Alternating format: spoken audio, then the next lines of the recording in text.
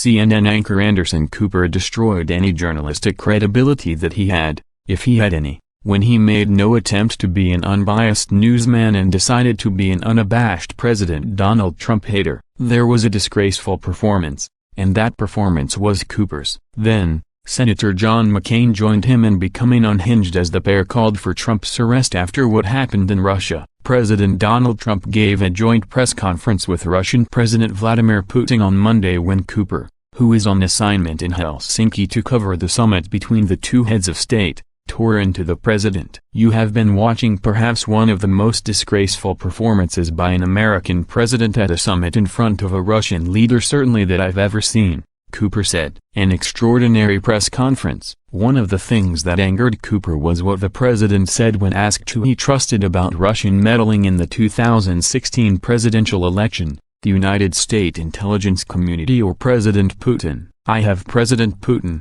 He just said it's not Russia. I don't see any reason why it would be," the president said. That came days after Deputy Attorney General Rod Rosenstein announced the indictments of 12 Russian military members for hacking the Democrat National Committee servers, and that drove Cooper off the edge. Christiane, given the opportunity, asked by an American reporter who he trusted on the issue of Russian meddling, the U.S. intelligence or Vladimir Putin, he blinked, and he went to Hillary Clinton's email server, Cooper said. As to who he holds responsible, he holds both responsible. But, that was not the only thing that got the ire of Cooper.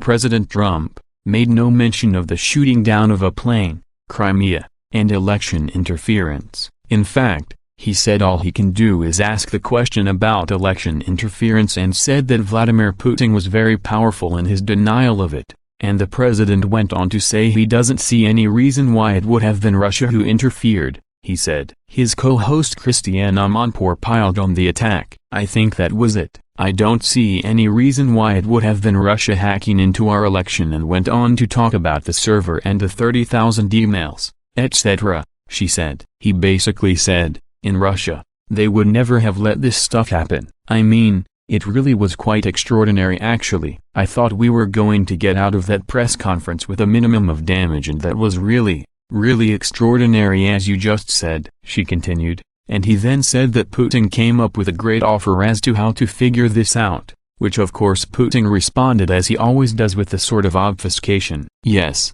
we have a sort of treaty on various issues, but you have to send us a formal letter and we'll respond and we'll reciprocate, but only in kind. We need to have people of interest." They were not alone in their hysteria. Former CIA Director John Brennan said the president was guilty of treason. Donald Trump's press conference performance in Helsinki rises to and exceeds the threshold of high crimes and misdemeanors.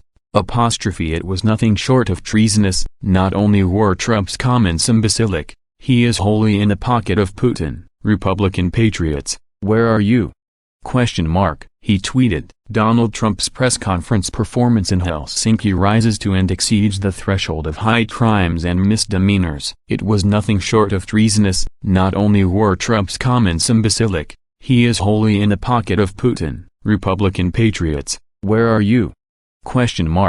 John O. Brennan, at John Brennan, July 16, 2018. At Real Donald Trump should be arrested for treason the moment he sets foot on American soil, Democrat coalition chairman John Cooper said. At Real Donald Trump should be arrested for treason the moment he sets foot on American soil. #Treason Summit.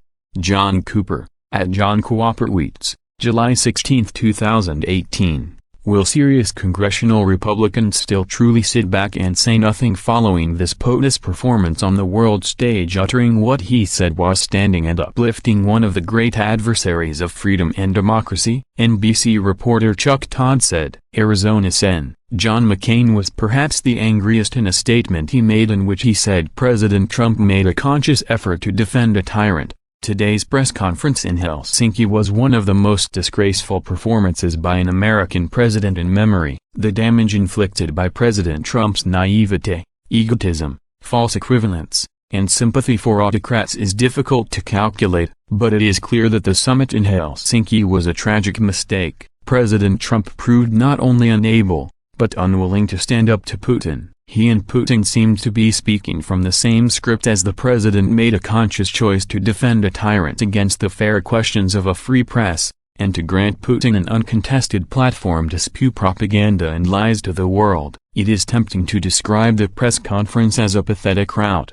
as an illustration of the perils of under-preparation and inexperience. But these were not the errant tweets of a novice politician. These were the deliberate choices of a president who seems determined to realize his delusions of a warm relationship with Putin's regime without any regard for the true nature of his rule, his violent disregard for the sovereignty of his neighbors, his complicity in the slaughter of the Syrian people, his violation of international treaties, and his assault on democratic institutions throughout the world. Coming close on the heels of President Trump's bombastic and erratic conduct towards our closest friends and allies in Brussels and Britain, today's press conference marks a recent low point in the history of the American presidency. That the president was attended in Helsinki by a team of competent and patriotic advisers makes his blunders and capitulations all the more painful and inexplicable. No prior president has ever abased himself more abjectly before a tyrant. Not only did President Trump fail to speak the truth about an adversary,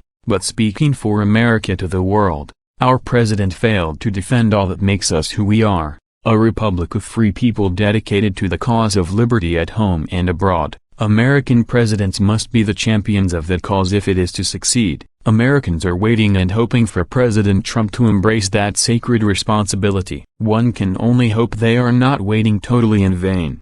Do these people want a war with Russia? Are the Democrats the war hawks now? No matter what President Trump said at this summit, they were going to seize on it and call it treason. That was the playbook before the summit happened. They have a new scandal every day, and they get more unhinged with each word the president says.